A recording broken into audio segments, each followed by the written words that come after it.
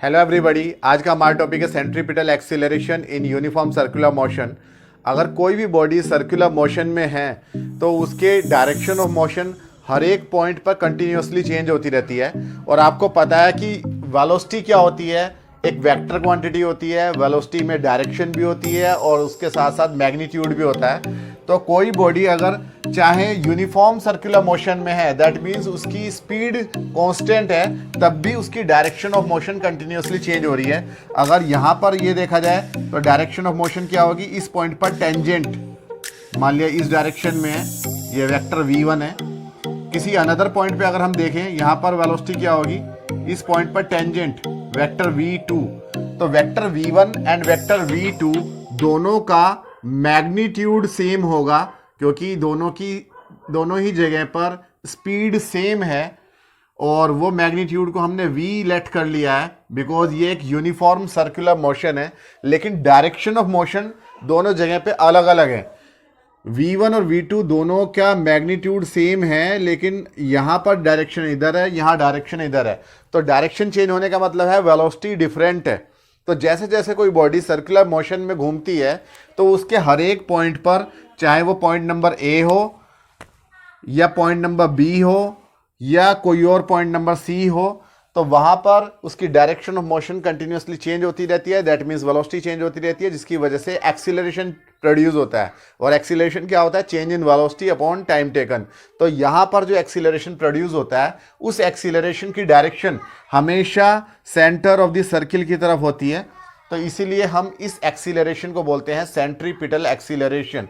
तो centripetal acceleration की अब हम डेरिवेशन करने वाले हैं। मान लिया इस सर्किल की रेडियस कितनी है, r। तो आप सेंटर को a से मिला दिया आपने, r पॉइंट आ गया, r आ गई रेडियस। b से मिलाया तब भी रेडियस कितनी है, r। और यहाँ जो एंगल बन रहा है छोटे से टाइम इंटरवल डेल्टा t में, बॉडी को a से b तक जाने में टाइम कितना लग रहा है, डेल्टा t। तो यहाँ जो एंगल बन रहा है वो कितना है, डेल्टा थीटा। और a से लेकर b तक का जो लीनियर डिस्प्लेसमेंट है वो है डेल्टा s। यानी a से लेकर b तक की ये जो डिस्टेंस है ये डेल्टा s है। और एंगल सेंटर पे कितना बन रहा है, डेल्टा थीटा। तो हमें एक्सीलरेशन निकालना है, दैट मीन्स हमें change in velocity upon time taken निकालना है। तो वेलोसिटी में चेंज कितना हुआ है उसे आप वेक्टर मेथड से आप सॉल्व कर सकते हो।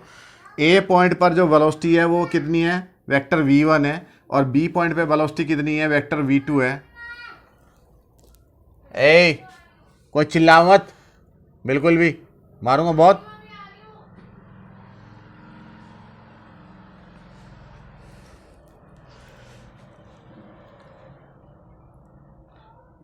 तो हमें एक्सीलरेशन निकालना है, दैट मीन्स हमें change in velocity upon time taken निकालना है। तो वेलोसिटी में चेंज कैसे निकालेंगे,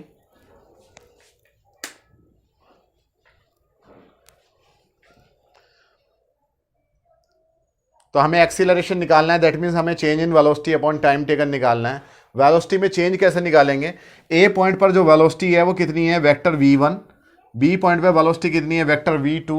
हमें चाहिए change in velocity, that means vector v2 minus vector v1। और माइनस करने के लिए आप वेक्टर मेथड का यूज़ करेंगे। पहले तो आप ये देखो कि v1 को माइनस करना है, तो इसी के अपोजिट डायरेक्शन में अगर हम एक वेक्टर खींचें तो उसे हम बोलते हैं माइनस का वेक्टर v1। तो माइनस के v1 को अगर हम v2 में ऐड कर लें तो अपने आप ही मिल जाएगा हमें v2 माइनस v1। तो हम triangle law of vector addition से हम कर रहे हैं। तो ट्रायंगल लॉ में हम क्या करते हैं, पहले हम फर्स्ट वेक्टर खींचते हैं। हमने फर्स्ट वेक्टर खींचा माइनस का v1, जिस डायरेक्शन में v1 है उसी डायरेक्शन में उतनी ही लेंथ का। फिर हमने सेकेंड वेक्टर खींचा प्लस का v2, जिस डायरेक्शन में v2 है उसी डायरेक्शन में और उतनी ही लेंथ का, ये हमने खींच लिया। इनिशियल पॉइंट को हम क्या करते हैं, फाइनल से ज्वाइन कर देते हैं। तो ये हमारे पास में आ जाता है रिजल्टेंट वेक्टर। तो रिजल्टेंट वेक्टर क्या आ गया, delta v is equal to v2 minus v1।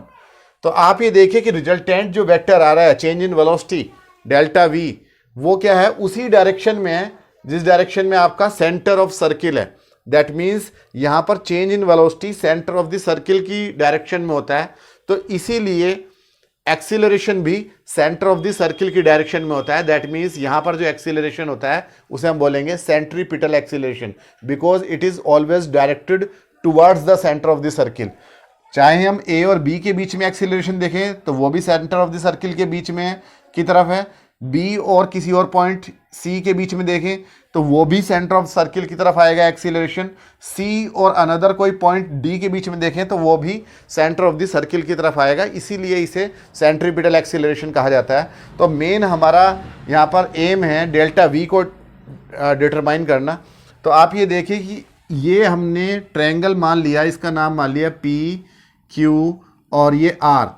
तो जो ट्रायंगल पी क्यू आर है वो ट्रायंगल ए ओ बी के सिमिलर हमें प्रूव करना है। सिमिलर का मतलब एक जैसा, शेप एक जैसी।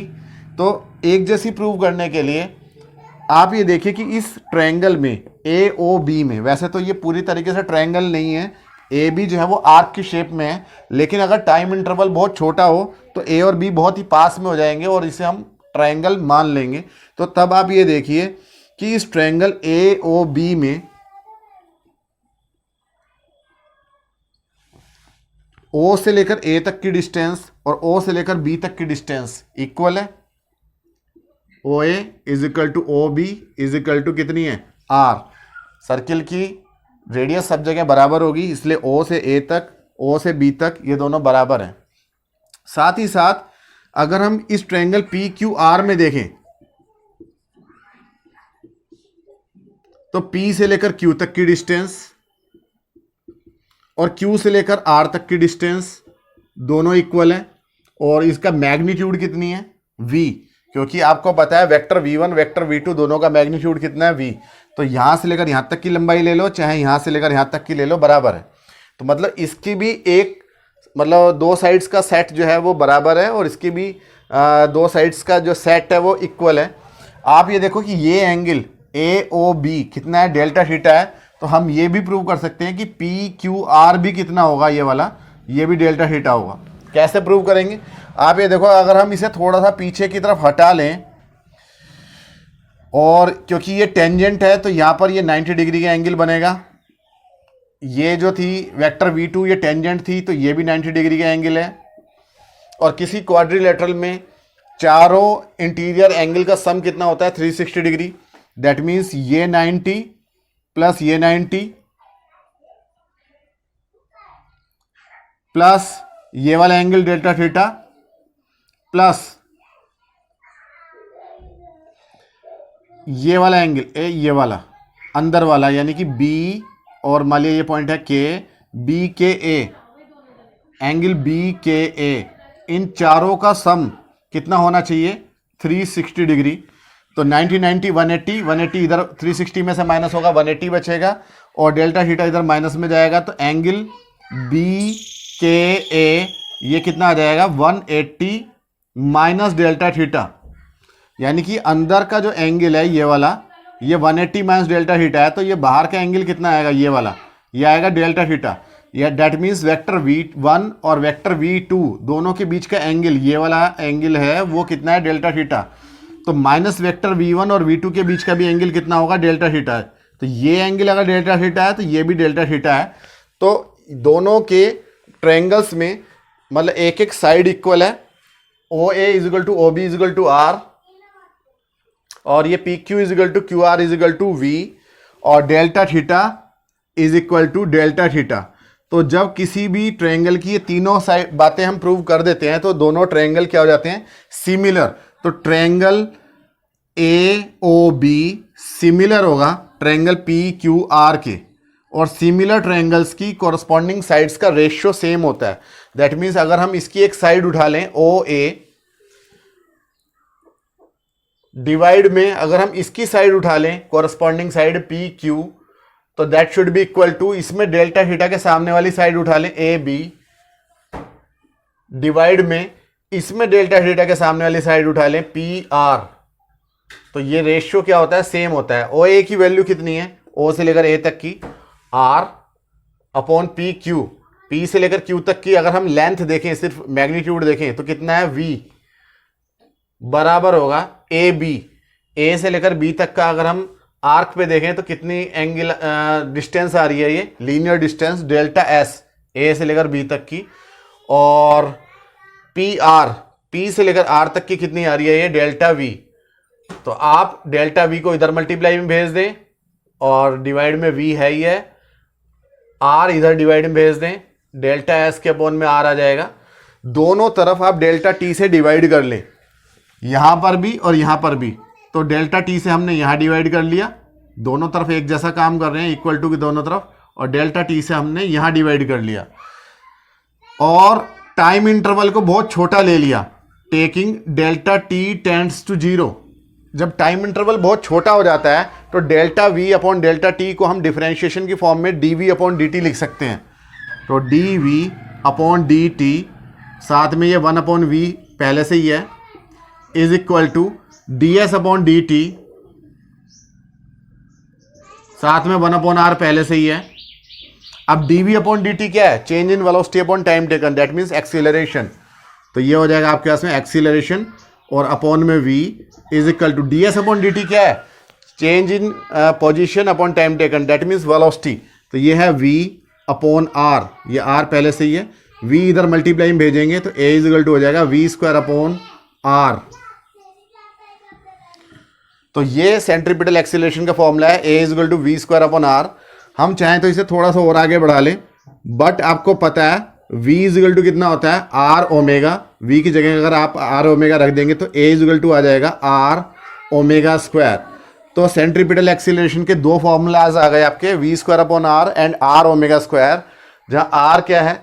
रेडियस, और ओमेगा क्या है? Angular velocity. ठीक है, तो अगर कोई बॉडी यूनिफॉर्म सर्कुलर मोशन में है तो उसमें सेंट्रीपिटल एक्सीलरेशन जरूर होगा, और अगर किसी बॉडी की स्पीड भी इंक्रीज हो रही है, यानी कि सर्कुलर मोशन यूनिफॉर्म नहीं है, नॉन यूनिफॉर्म है, तो उसके अंदर एंगुलर एक्सीलरेशन भी होगा।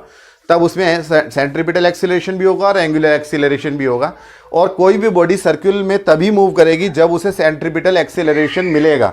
विदाउट सेंट्रीपिटल एक्सीलरेशन या centripetal force, no body can move on the circumference of the circle.